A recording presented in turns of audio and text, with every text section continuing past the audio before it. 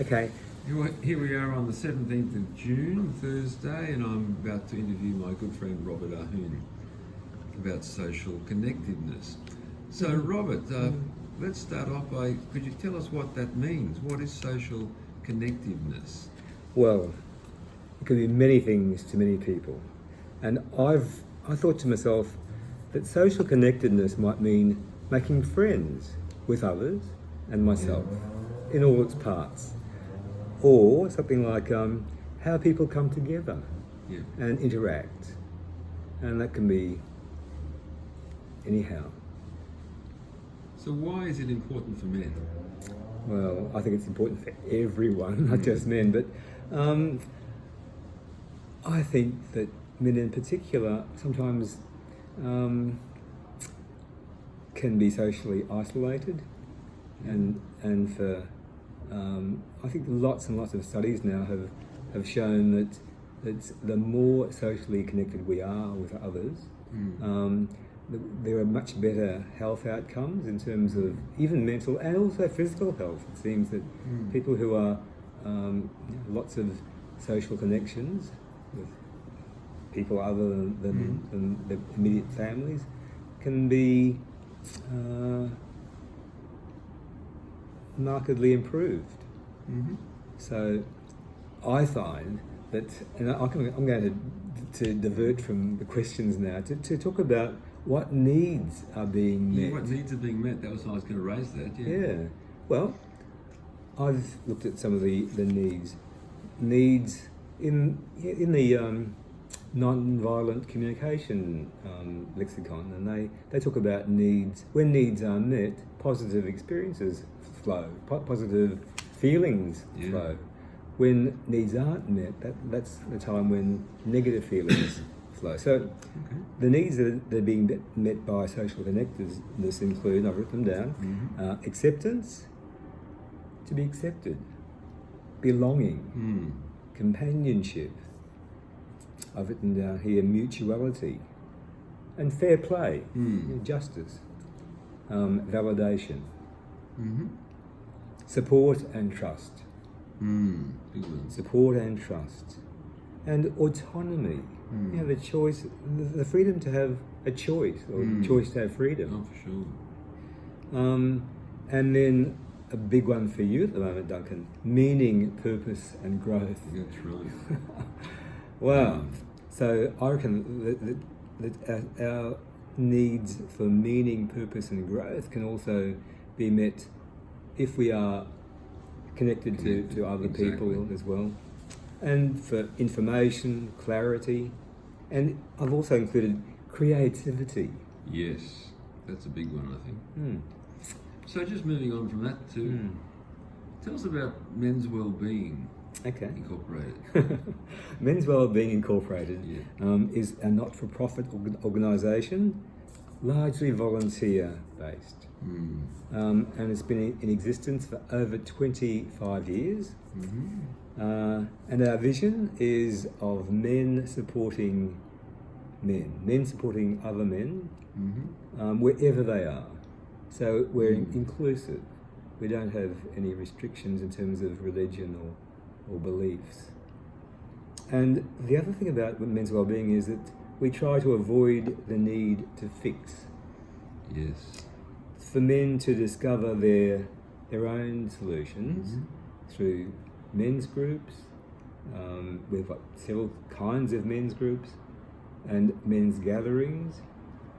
Online resources, we have some of those at the moment as well. Where our aim is to create safe spaces where men are free to share whatever is in their mind, or more particularly what's in their heart. And we have guidelines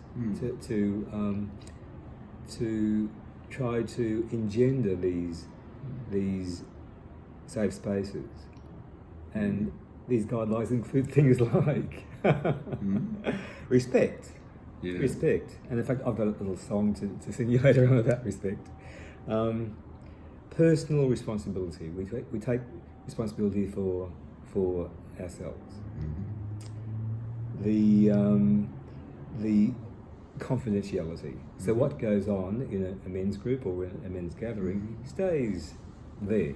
It's a place where, by being authentic, that is real, and feeling free and not judged, we can express how we are. Perfect.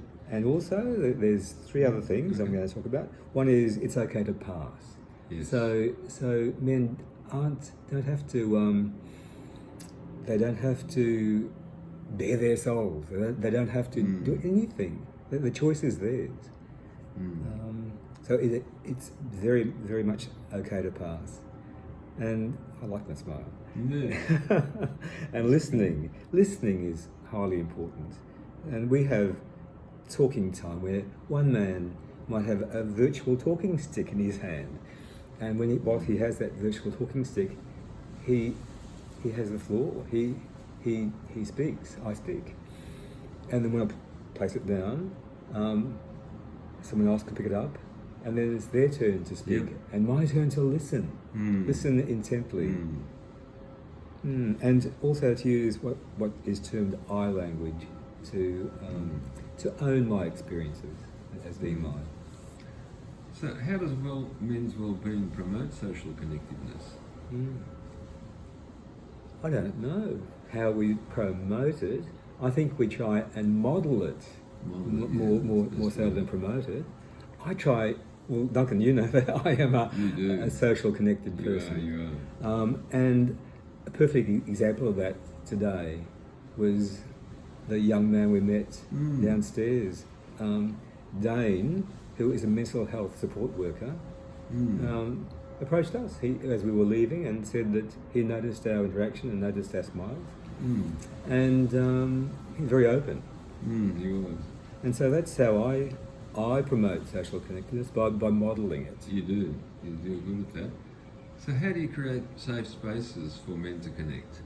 Well, we have men's gatherings at least twice a year. We were even more than twice a year. Weekends when they actually leave their usual lives and go somewhere into the country normally, where there's a space put away for them for the weekend or for 3 days, where they don't have to cook, they don't have to be involved in anything other than the community of men that is formed there. And we have a way of welcoming the men initially.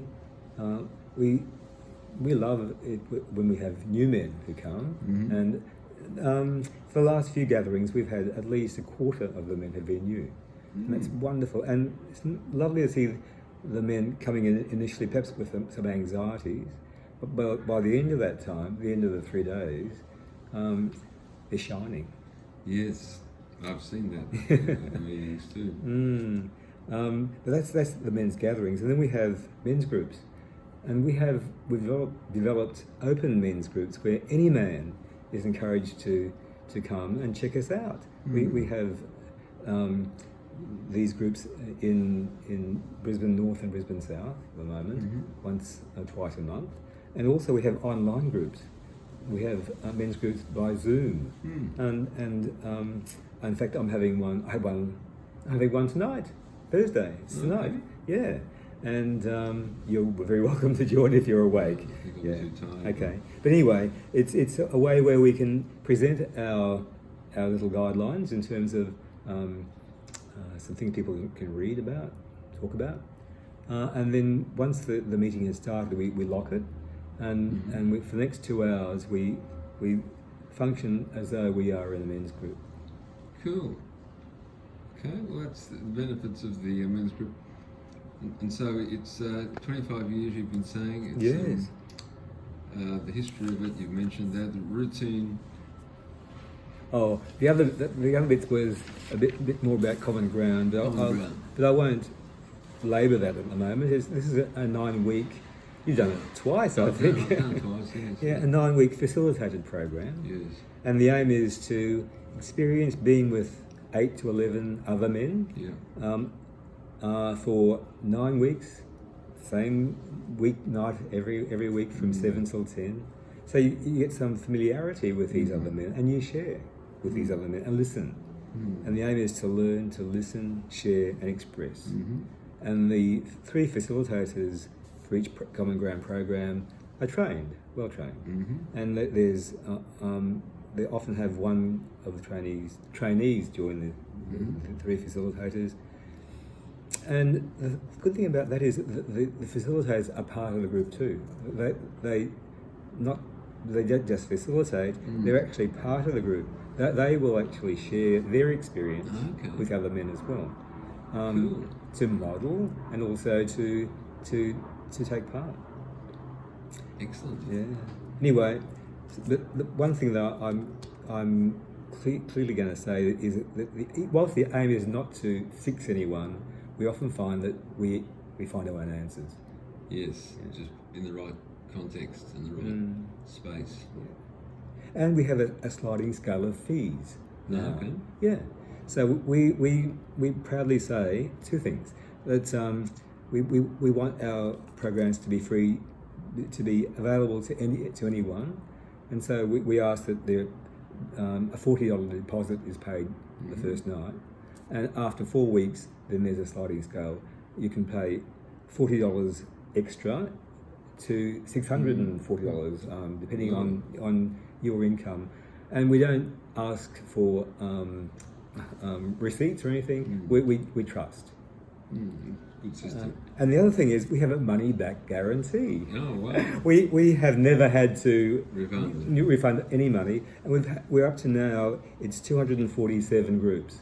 Gee. Yeah, That's a 247. lot. That's fantastic. It is.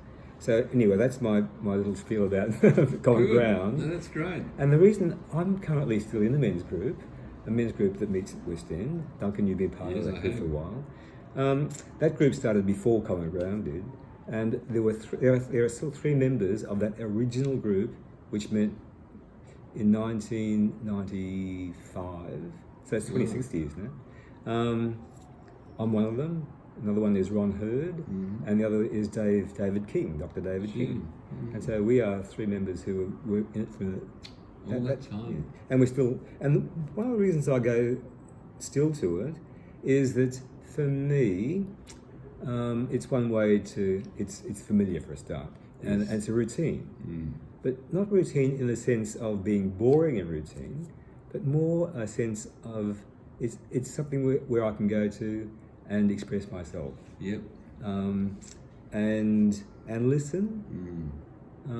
We've gotten out of the habit of having a theme for each evening. It can sometimes be just a very, very long check-in, but it's for me a very important part of my life. Absolutely. No, that sounds like a very satisfying, good summary of the whole thing. I think we've covered most of the issues. I think we have, Duncan. Thank you very much for you're very welcome. giving me this No, opportunity. thank you for allowing me to interview you. And now I'm going to sing you a song, of Please course. do. In fact, I've had it practiced downstairs. This song is written by Faye White. She's a community choir leader, and she's a composer, obviously, as well. And these are just the last 2 lines of her song. May respect be stronger than judgment. May forgiveness be stronger than pain.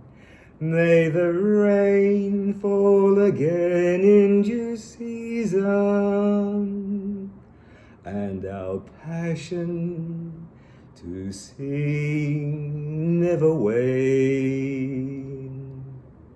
Lovely. Yay. Very nice, Robert. Thank you.